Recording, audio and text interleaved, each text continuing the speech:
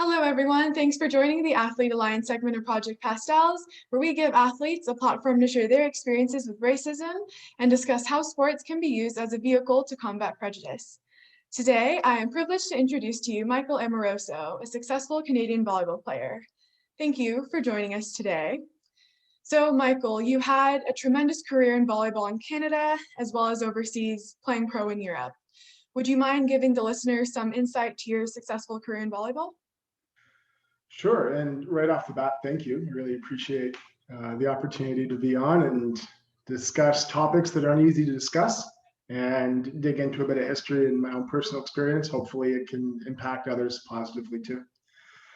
My path into volleyball started relatively late. I didn't start playing club volleyball until I was in grade 11. I was the 12th member of my club team and a very distant 12th, and didn't really feel like I belonged in club volleyball, but it was an opportunity to get into. I was really lucky to play for, at the time, one of the few clubs in at least the province that really championed diversity. So I played for a club called Scarborough Falcons. So Mark Ainsworth was a legendary coach in Scarborough, who was the head of the club. We had a couple teams, but my team in particular had a really diverse group of athletes from the GTA area extended, but also from a wide range of diverse backgrounds, which when I fast forward to today and I look at youth clubs around the province, obviously the one that jumps out at me is Packman Volleyball Club for championing diversity and having a really incredible program offering that not only invites diversity but also makes those feel like they have a spot at all different levels. But at the time, it was a very white sport. I would argue it still is, at least in Canada, a very white sport. But I had early success and made the provincial team my first year playing, despite being a bench player for the year. I made the provincial team again the next year.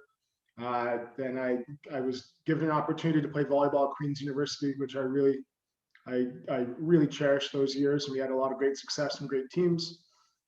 Through those years, I had opportunities to play with the junior national team for a couple of years, Canada Games team in 2009, and then following my Queen's University career, I was able to play 3 seasons professionally in Europe. So I played a year in Sweden, I played a year in Athens in Greece, and I played a year in Germany. And around that time, I decided it was the right time to pursue life's next profession and to find a new way to interact with volleyball. So since then, I've pursued a whole other mess of things in volleyball off the court, but that's my athlete journey. Well, it's an amazing, incredible journey. So you have clearly a wealth of experience, playing club level, university level, international and national team level. So with that being said, have you faced any racism? And if so, like, how did that impact you and what did you do about it? Yeah, I mean, this call would take quite some time if we were to go through a list of experience by experience over the years. I'd say unfortunately, because I wouldn't wish for anybody else to have to go through some of those. Fortunately, because it's given me perspective on how to better guide and support youth athletes now and the other side of the game that I follow. But yeah, absolutely. I certainly felt like when I left club volleyball and I arrived on Queen's campus and joined the team, it was probably the most stark reminder, introduction, reiteration, whatever you call it, that I was a black volleyball player. I didn't get to be just a volleyball player anymore. I was a black volleyball player. And if you would ask at the time and through those years, if you would ask anybody on any other team for descriptive words to describe me, unfortunately, and I found this to be the case for many black athletes, the first descriptor is black. The first descriptor is not their skill, their ability, their personality, the other aspects that make them a complete human. It's the Black player, and then other things will follow. But that's the first descriptor, and when that's the first descriptor you experience through your life in sport, it's almost as if you have your own separate category. You're not an athlete; you're a Black athlete, which is, there's a lot of pride in that, but at the same time, you don't just get to be you within the sport. So I'm not sure if you want to go into specific experiences of racism, but it's all up to you. However you feel about it, go for it. If not, that's totally okay. Yeah, I'll give you some anecdotes over the years. My last season when I was playing in Germany, one of my teammates, probably once or twice a month or so, actually maybe even closer to once a week, would offer me a banana or make a monkey joke. This was on my team. This was on my own team. This wasn't through the net. This would be before practice, and in his mind it was all fun and games, and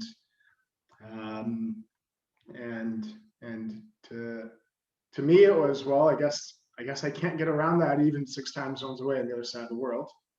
When I was playing for Queens, I'd say that many of my experiences of racism came within the experiences of living in Kingston as a town, or attending Queens as a university. Within our team structure, I wouldn't say it was ever overt, or particularly targeted or directed. At the same time, when I look back, my memory chooses to focus on winning OUA championships, having personal success, having team success, having great friendships. Even as I sit in my office right now, I have a picture of myself and my parents holding an OUA trophy. I have things up on the wall that remind me of all the good experiences. But one thing that actually stands out as I'm looking around, because there's a couple of framed pictures of them up, is every year on the front of the student athletic facility, there would always be pictures of a male and a female athlete for each sport. There was advertisement, usually below there would be a season schedule, but something that was highlighting the athletes that played for those teams. And I think probably 3 out of the 5 years that I was there, I was the poster athlete. And it was, I would have loved to believe that it was purely because I was talented and a good player, and because I was a good role model and did work in the community and coached youth and wanted to give back. And yet the reality was, and as was reminded to me on a regular basis from teammates, friends within Athletes and Recreation, or even within other BIPOC athletes and athletes of color at the school, is that we know why we're on the poster. Queens wants everybody to know that there's at least one Black athlete within each program, which, so for my 5 years there, I mean, I never had, since club volleyball, I don't think I ever had a Black or teammate or person of color as a teammate or coach, strength conditioning trainer. I don't think any, actually, now that I think about it, at least within our unit. So I'd say in those cases it was definitely less direct, but I was still, their Black teammate, and other expectations would come along with that, especially for those that had come from communities that hadn't experienced, I guess, minorities of any type. I found this playing for provincial teams as well, and national teams, where in my first year at the provincial team, I remember a couple other players saying, well, you don't jump that high. And I was, okay.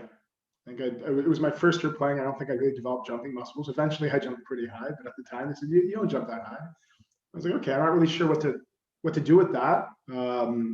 But it wasn't until later that I realized that what they meant to say is you don't jump as high as we thought you would because you were black. Or there would be in situations of conflict, I was expected to be an aggressor much more frequently. And say I had many instances through university and beyond where I was always identified as a greater threat than everybody else.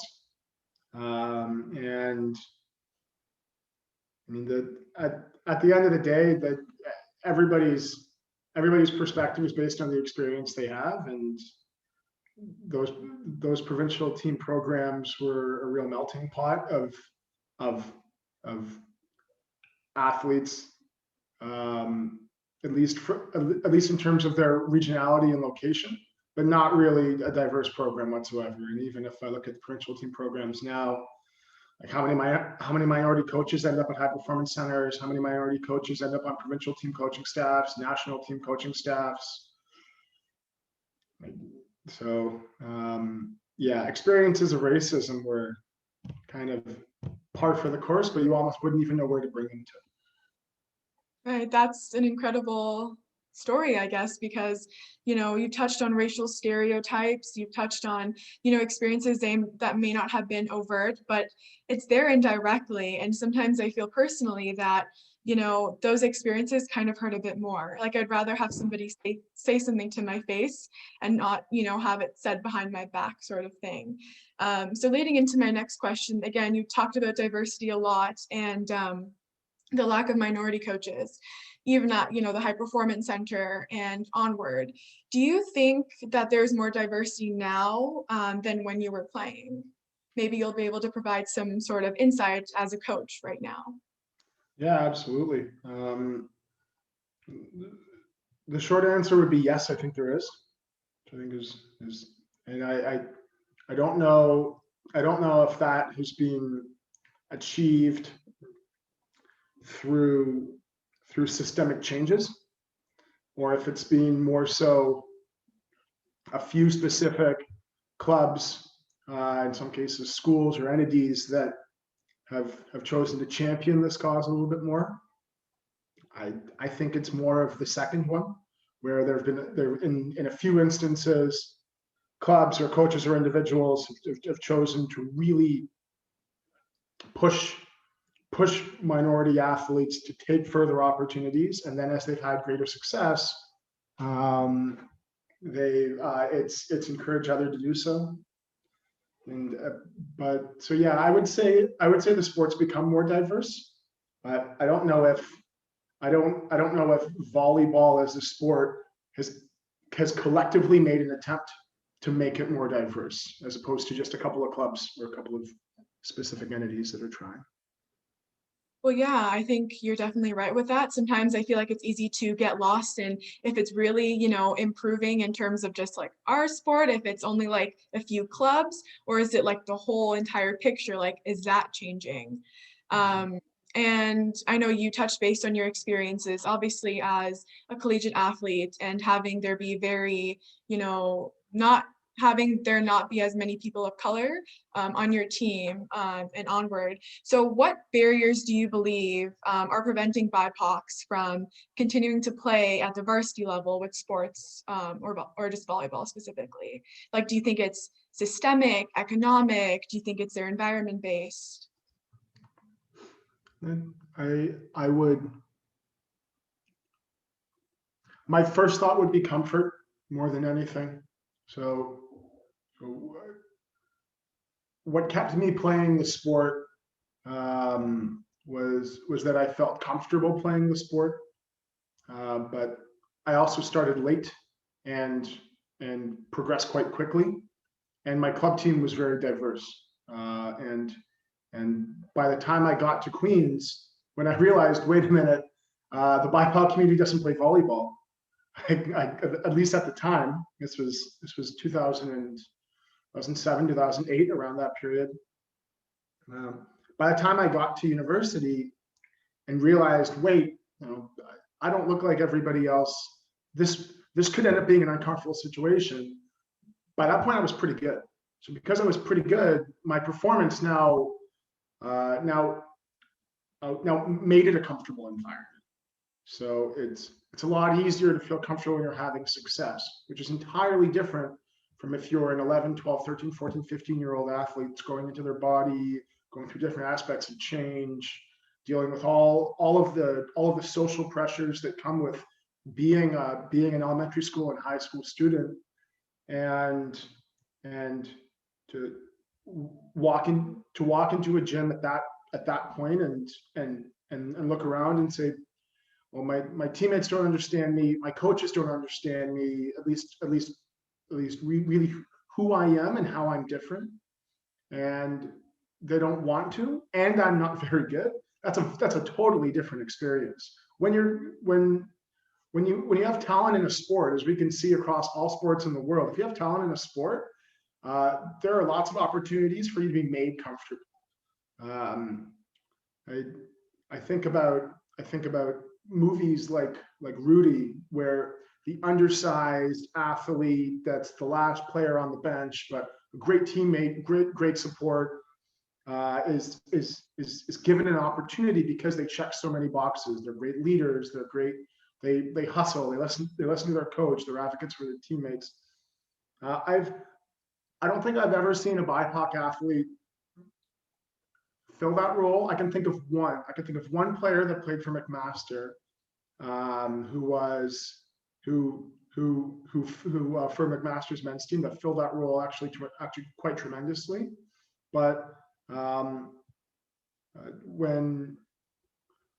when Black athletes are described, especially at the youth level, and I've found this universally, whether it, and I'll stay specific to volleyball, but when Black volleyball players are described at the youth level, almost always the first thing that's described is their athleticism.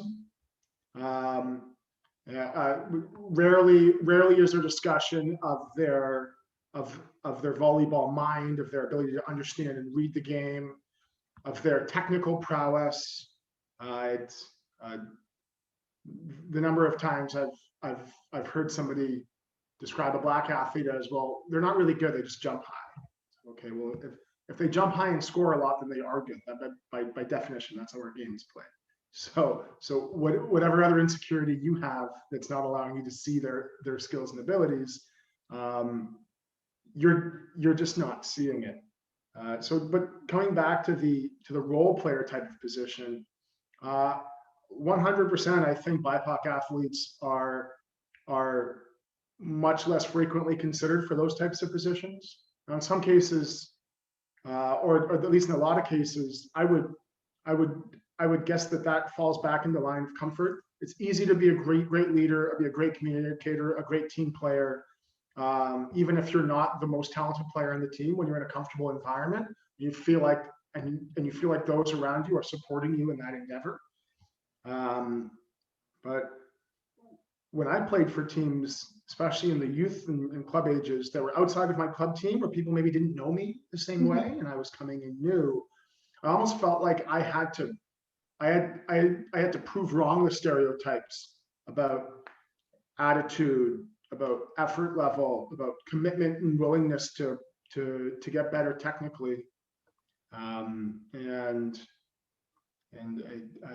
I can definitely see that being a limitation for BIPOC athletes to pursue the sport.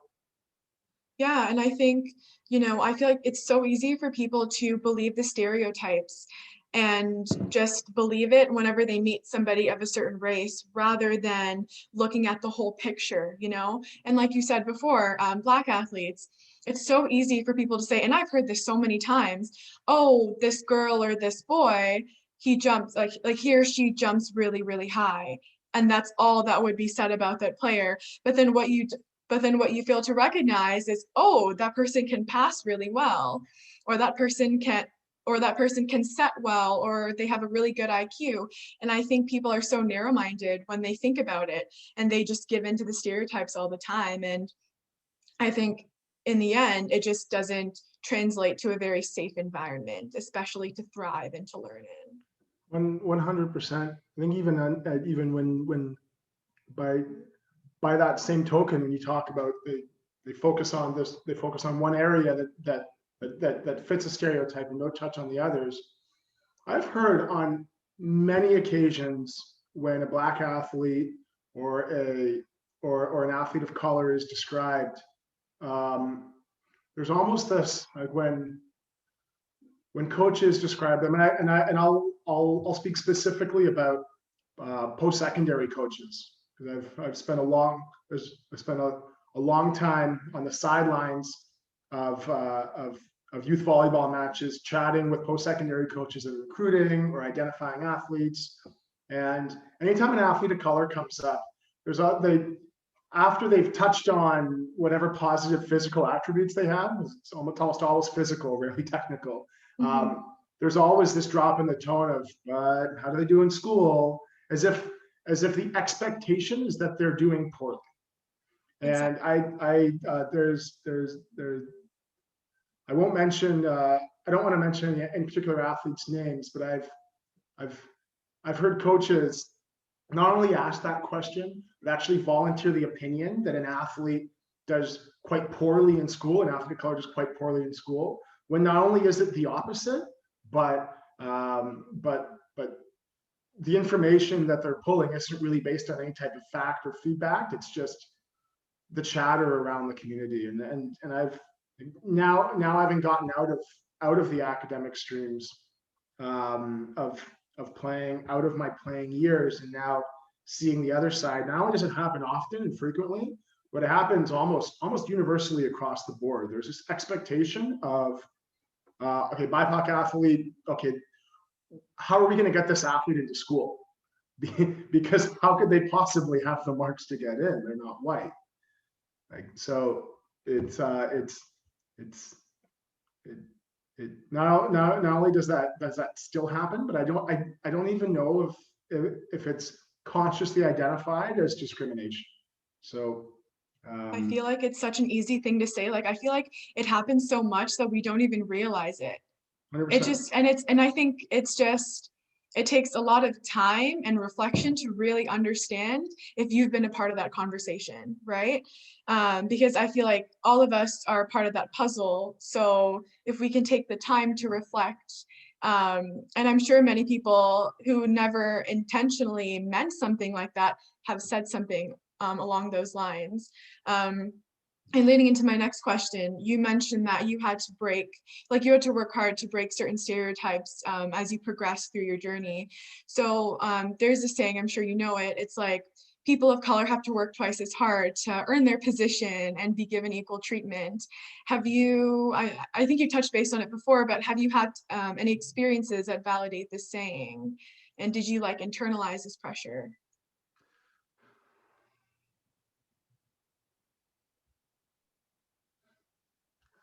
I would say it's hard to identify those directly in the moment, because I think at the time, especially when you're playing for different, if I look back over for me, it was about 9 years in the sport. So from maybe 10 years, 2005 to 2015, that was the full extent of my volleyball life. Club, university, professionally, national team mixed in there. All of that was within a pretty short window. And within that window, I played on a lot of different teams. In the moment, so like in tryout formats, in training formats, when you're competing for starting positions, competing for a role on the team, competing for a spot on the roster, all you know is work, and then somebody else gives you the result after. So in a tryout format, you work hard, you give it everything you have, and then somebody tells you if you were successful or not. And in some cases, you get statistics to back it up. In other cases, you just kind of carry on if you're unsuccessful, or keep pursuing your dream if you are successful. As for having to actually work twice as hard to get as far, I would say what I recognized more was that my leash was shorter, so I had less margin for error in most things. I remember in Germany, it was a particularly emotional period, because our team had suffered some tragedy just before that, but we were in a training environment. Myself and our German setter got into a disagreement, and both of us had really strong personalities. I think the specific situation was a ball was served short, and I was coming out of position 2, and I got out of the way for our libero to slide through and pass it. The libero thought I was going to stay in and pass the ball. The ball ended up falling, and our setter turned and lashed out at me for that, and I responded by lashing out at him and raising my voice. And our coach kicked me out of practice. And this was not only the first time, this was the only time an athlete was kicked out of practice throughout the entire year. And I played in a team of 6 Polish players. If you've ever seen Polish volleyball players interact with each other, everything is screaming. And there's passion, there's excitement. And also at that age and that level, as a 25-year-old athlete, I was kind of in the middle age-wise. Like, we were all adults. We spoke to each other as adults. We were compensated as adults. Everybody had a job. Everybody came to work. People went home to their families, went home to their lives of doing other things. But truly, it was a job. And I remember at the time feeling as though if any other athlete had responded to that situation with the same passion that I had, which many did all season, that it would have been given more leeway to be able to take a second, let's grab water, let's all come back, or even which I would have preferred, and I think all of us probably would have preferred, was all right, like, forget about it, next ball, and we all move on. And that's the reality of high performance teams. You get excited, sometimes you have heated discussion, but it's all because you're working towards the same goal. And to be kicked out of practice, I remember feeling like what was he worried about? So I asked, and he said, you should have seen the look in your face. I thought you were going to kill him. And there was no history of outbursts from me. I'd never had any experiences like that. Our team generally got along quite well. I could be a hard teammate to play with, certainly, because I demanded excellence. But to be kicked out of practice, it was embarrassing. It was I felt like I was almost being put in a corner and told you're on a timeout now. And the other player, the setter, who was the other side of that, was allowed to finish the practice. He finished the rest of the session out. So coming back to your question about working twice as hard, I feel like it's almost like, yeah, you have to work twice as hard to stay in good books, because it's almost like people are expecting something to go wrong, expecting you to be late for something, expecting you to be lazy, expecting you to have a bad attitude, expecting you to be cocky, expecting you to be something. And any inkling you give that you aren't a picture perfect citizen, it's there it is. That's what we thought we would get out of you as a BIPOC athlete. This makes more sense. This fits the stereotype. Yeah, and I feel like in times of despair, people look to those stereotypes as protection, right? And it's like, what you were talking about, getting thrown out of practice. It's like, was that really necessary? But no, they were probably scared that something was going to happen, even though like there was no history of it, and they felt safe within the stereotype of what they were taught to believe in, when really that's not the case almost like 90+% of the time. And obviously you've talked about some, not so pleasant experiences with sport, playing volleyball, but what have you learned from your experiences playing? Good or bad? Yeah, I've learned a lot. I've learned that the sport itself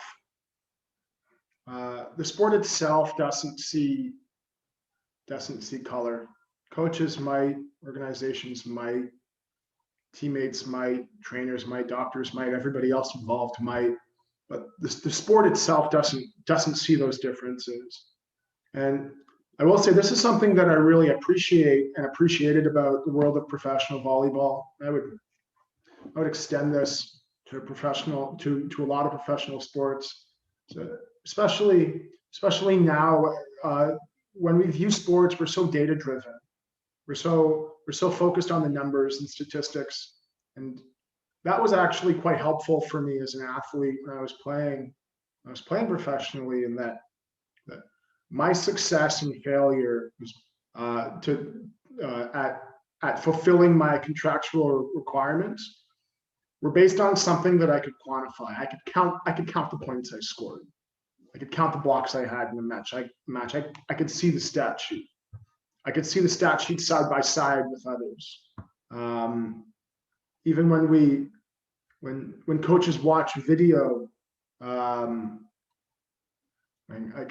feel like even the video analysis of technical technical deficiencies, I find to often be a quite equalizing process as well, because it's right there on the screen. It's exactly what it looks like, the same way the statistics are. Even in terms of compensation, professional players are compensated based on the statistics that they acquired and their team's success in relation to those statistics. And those are two factors that make it really easy to be able to feel valued, even if there are other things that might be limiting you or holding you back. So I really appreciated that. And I think within sport as well, there's a great opportunity, and there's always been this opportunity, specifically within team sports, for these mixing of populations. I mean, within club sport specifically, club sports are based on regionality and location quite a bit. So if you grow up in London, Ontario, you probably play for a club based in London, Ontario, and that club probably looks quite similar to the overall demographic of the people living in and around London, Ontario. So for diversity to improve, and I'm using London as an example, but frankly, if we looked across Ontario or looked across Canada, to probably list hundreds and hundreds of towns, almost all of the towns would have a very similar white demographic, so their clubs would likely reflect that as well. But anytime a regional team or a provincial team is put together, and athletes from different regions of the province are brought together and get to experience what it's like to be out of that comfortable demographic, I think that's a positive thing, that we do have a good number, way more opportunities for it now in youth sport than ever before, which I think is great in terms of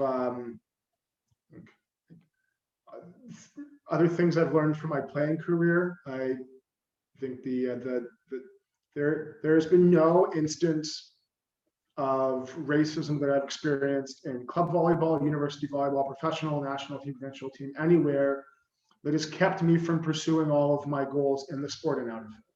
So when we talk about a resilience factor, I think athletes, I think BIPOC athletes are given a lot of opportunities to persevere through and to use the sport as an outlet and justification for our value within that world. So I might be different, but I'm really good at this. And if if you don't understand how to value me as a person and as a person of color and a person who's different from you, well, at the very least, you're going to value me for my ability to play this game. And that's a start. And if that's where we start, and we're working backwards from there, for you to, if you see me as a volleyball player, well, if you see me as a black volleyball player first, and then we can work backwards to just a volleyball player, to hey, just a person, to, hey, just another athlete, just another person, just working it out the same way you are. It at least provides an opportunity to find value. But I mean, there's lots of learning lessons. I look back on my volleyball playing career incredibly fondly, and I really enjoyed the time I had. I've enjoyed my years involved in the sport since finishing playing more, because and I'd say this would be the biggest aspect that I've gotten. My experiences going through have given me a much better knowledge base and experience base to help other athletes who are going to go through some of the same things. And that's way more important to me now. That truly brings me joy. Staying connected with athletes I've coached in the past, worked with in the past,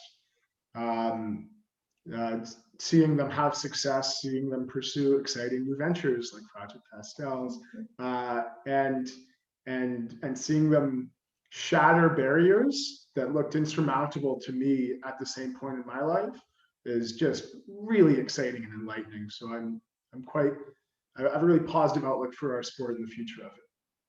That's great. I totally agree. Like sports teaches people, like sport has no eyes. It teaches everybody to look beyond what you see originally, which would be their skin color. And it really helps all of us to unite to achieve a common goal. So thank you so much for joining us, Michael. Your story and insights are definitely inspiring to many. And thank you so much for your support with Project Pastels. I appreciate it. Looking forward to more.